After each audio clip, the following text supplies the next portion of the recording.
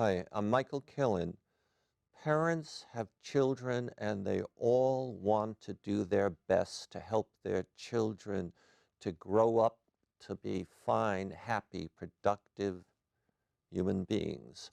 Sometimes some parents find themselves with what is sometimes called a curious child. I have invited a psychologist, Sara Edrington, who has specialized, probably one of the nation's most experienced psychologists, helping to raise and helping her clients raise curious children. Sarah, Hi. or am I supposed to call you Dr. Edrington? You can call me Sarah. That works. And so you are a psychologist. I am. Hmm. And first, you practice roughly in San Rafael? I do. Yeah. And that is on the northern eastern side of the Golden Gate Bridge in the great state of California. Right. Yes. How long have you been a psychologist? I have been a psychologist now since 2002. Yeah. Well, I became licensed in 2006, but we started practicing while I was in graduate school. That's a part of the program. Practicing, in other words, in Clinical psychology. So out in the community, practicing at an internship. Okay, and in your practice, it's not just curious children that you, Right. but children and adults, young adults. Help me understand the scope or the content.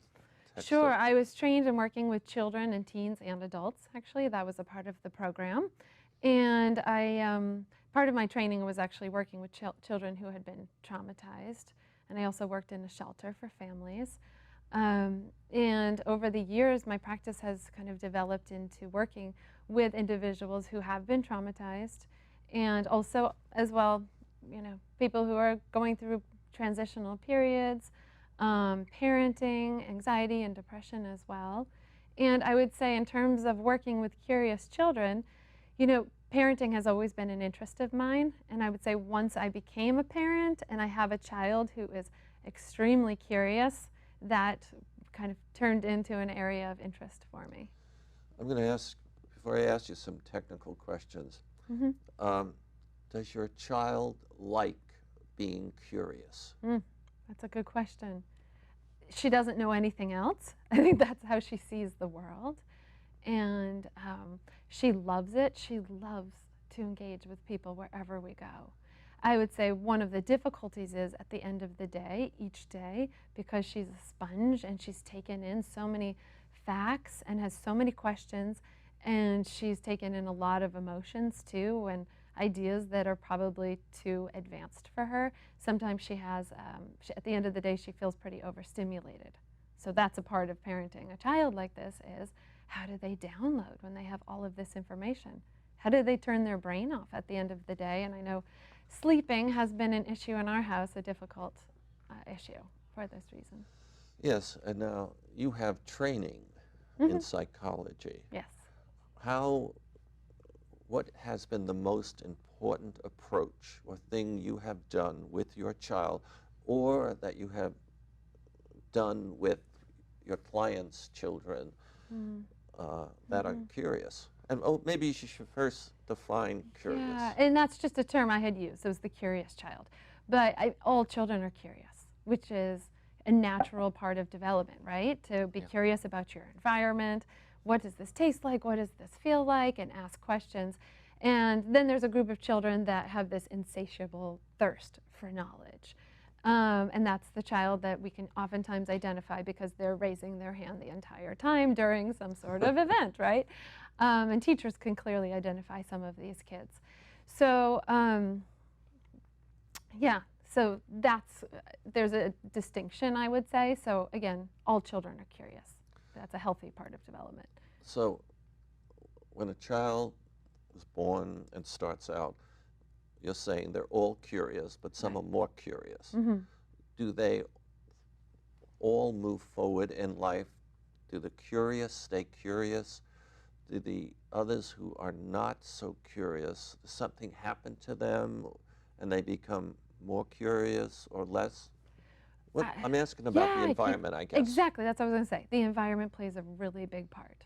And I think that's where I come in. That's part of my role, is to work with parents, no matter, in terms of the spectrum, in terms of where your child falls in line, in terms of curiosity in life, is how to draw that out of your child. And a big part of that is finding out what their interest is, taking them seriously, not just kind of dismissing their question, but saying, like, investing some time and sitting down and asking them questions, finding out what they're interested in, and finding avenues for the children to be able to research and to be able to become excited about what they're excited in. So if a child comes to you or the parent and the child has an epiphany, does your child have epiphanies? Yes, definitely. Yes, for good epiphanies and sometimes epiphanies that feel really overwhelming. And what you're helping the parents realize that it's good to listen clearly, Right. ask questions, and Yes. show interest, and certainly not shut the kid down. Right, right, right. Exactly, which I know all parents are busy, and even for teachers. Teachers have, lots of kids to take care of. It's, finding that time, that quality time, to be able to take them seriously and say, like, tell me about what you're interested in. Or there are kids that they don't know what they're interested in. So for a parent, they can start by sharing their own interests with their child and taking them out into the community and getting some firsthand experience. And if your child is interested in something, I tell parents, you don't have to have all the answers. That's okay to not know, not be able to answer all of your kids' questions, because there are resources. There's the library, there are professionals, and I know with my child, in some of the areas she's been interested in, there have been so many adults and professionals that have been more than willing to talk to her and share their knowledge with her, which gets her even more excited that people, again, out in the community in the real world are So I taking sort this of heard seriously. two things. Listen to the child, Yep. and then maybe steer the child, suggest resources where the child can go, and maybe with the parent, Right. where the child can get the answers to some of the child's questions. Right. Yeah, definitely.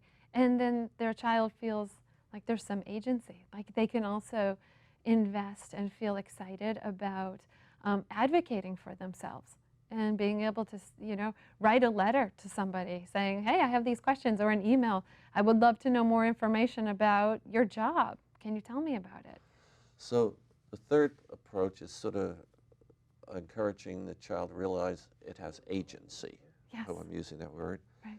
Okay, so we sort of have a third. And what about the parent who comes to you and says, I can't handle this. Right. This is around the clock. Right. Right. What? Yes. How do you deal with that? Or what suggestions do you have with the parent? So sometimes it's quality opposed to quantity. So find times to really connect with your child and listen to your child. And again, you're putting them in, helping them find avenues for the child to be able to do some research on their own. Finding books, there are amazing documentaries out there, and using the community. Again, I'm not sure parents really kind of tap into that resource so much, that there are other individuals in the community who would love to mentor and be involved in helping spark your child's curiosity and love for learning. Yeah. Why do you think there are the people out there that are willing to be mentors? What motivates them, do you think, to be willing to take the time to share things and have patience with a child? It feels almost like a symbiotic relationship I've seen between the child and mentors in the community. This idea, again, the child feels like they're being taken seriously, they're getting attention, they're finding out new information, and for the adult, it's this idea that a child is excited in their knowledge, that they're able to pass this on to somebody else, another generation, who may then take their ideas and take it further. I mean, that's kind of how development happens, right, and advancements in our lives. And what about the curious child that goes to school with children that are may not be as curious. Mm-hmm. Do you have any suggestions for the child or the parent to Yeah. advise the child on how to interact with Mm-hmm. children that might not be as alive, you might say? Precocious. Yeah. Um, you know, I would recommend the parents to talk to the school, the teachers, the administration. I think, advocating for your child, letting the teachers know right up front, this is how my child learns, and being obviously very empathic in terms of some of the plights of the schools, that there's a lot of kids in one classroom, but being able to say to the teachers, this is how my child learns. Can we come up with some ways that my child can do some research on their own? They have some books they can kind of dive in and keep school interesting and keep them excited about learning. And a lot of these kids love to engage with other kids. They can engage with older children at the school as well. And they have the opportunity to write down their questions, and they can have those questions answered later at another time. But just some tools. I think it doesn't have to be they get lots of individual time, but tools that they can stay stimulated. Yeah, now I think in your profession, which of course I only have a little teeny bit of knowledge, you deal with emotions. Right. More so than logic. Right. And with respect to the curious child and the parent comes and says, my kid has these weird thoughts, but not dangerous thoughts or troublesome thoughts, but they're not logical. Do you have advice for them, or is that an issue at all? Well, again, it depends on where the child is developmentally. And so let's say you have a really young child that is a sponge all day long and taking in the facts, but also a lot of the emotions in terms of some of their big thoughts and these big topics that they're diving into. It's hard for them to make sense of, again, kind of integrate, I should say, all of the information. So for parents, I tell them before bed, check in with your child. What do you think about today? What are you holding on to? Do you have any thoughts or feelings? The child has the opportunity to write these down. I tell parents, sometimes at the end of the day, you need to think outside the box. And you have a child that may want to write a letter to somebody that they're thinking about. They may want to write down all the questions they didn't have answered. They may need just other ways to self-soothe at the end of the day, and and feel connected and feel heard. Because, like I said before, it could definitely interfere with sleep and feeling a little overwhelmed.